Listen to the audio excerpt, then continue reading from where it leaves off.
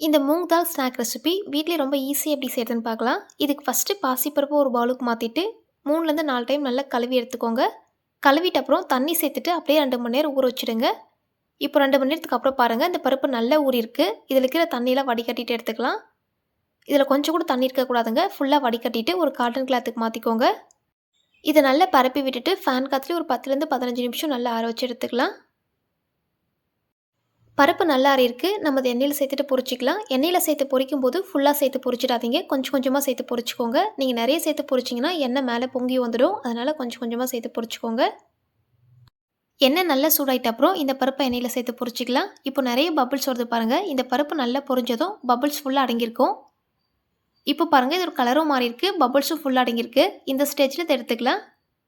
இதில இருக்கிற எக்ஸ்ட்ரா எண்ணெய ஒரு காட்டன் கிளாத் வச்சுட்டு நல்லா தொடச்சிட்டு எடுத்துக்கோங்க. இதே மாதிரி எல்லா பருப்பையும் பொரிச்சுட்டு ஒரு பவுலுக்கு மாத்திக்கலாம். இதில உப்பு சேர்த்துக்கோங்க. உப்பு கொஞ்சமா சேர்த்துக்கோங்க. அப்புறம் பெப்பர் பொடி சேர்த்துட்டு இத நல்லா மிக்ஸ் பண்ணிக்கலாம்.